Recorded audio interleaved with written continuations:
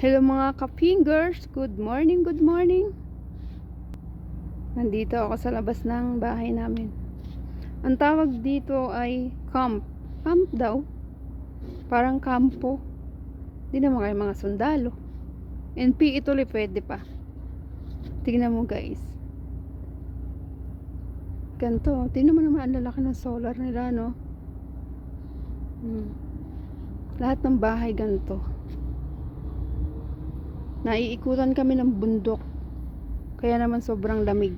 Hindi naman nagpapagsyab guys. Oh. Sabihin sa Trojena, nagyayelo dun. Dun kasi yung Trojena, dun kayo magtatrabaho. Bilang housekeeping. Guys, so libre yan. Lahat dito. Okay sana kasi makakaipon ka. Libre wifi, foods, laundry, nakaplansya pa pagdating sa'yo. Kaso, tiyaga ka. Hindi ka nakakalabas. Lalabas ka lang papuntang pinaka city dito. Ang biyahe kasi 4 hours papunta, so 8 hours bubunuin mo. Paano pag namimili ka pa? Kaya lumalabas lang dito every month. Yung magpapadala lang, sahod, ganyan. Ganito lang. Alam mo yung buhay mo dito, iikot na lang sa kanila, sa bundok na to. Yan na lang iikot buhay mo. Wala nang iba. Putang. Ito naman pag naglalaro yung mga ibang lahi. Football. Wala naman kasing basketball dito, hindi uso. Lahat nga dito, tinan mo, puro solar oh. Lahat ng bahay may solar, ang lalaki no. Siguro mahal niyan sa Pinas.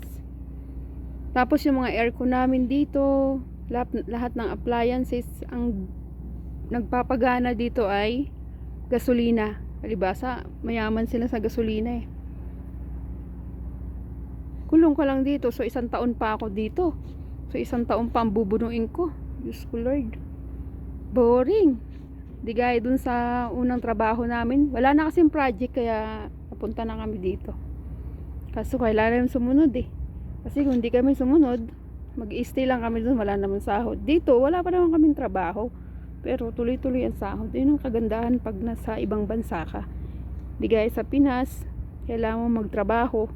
Babayaran yung araw mo dito. Kahit wala kang trabaho, bayad ang araw mo. Buong makukuha mo ng 1 buwan. So, paano guys? Dito na lang ha. Kakain na kami. Di nga nakaka-excite yung pagkain dun eh. Siguro, baka na naman ulam. Okay na sana eh. Baka kasang pagkaluto, baboy. Sige na, dito na. Babush.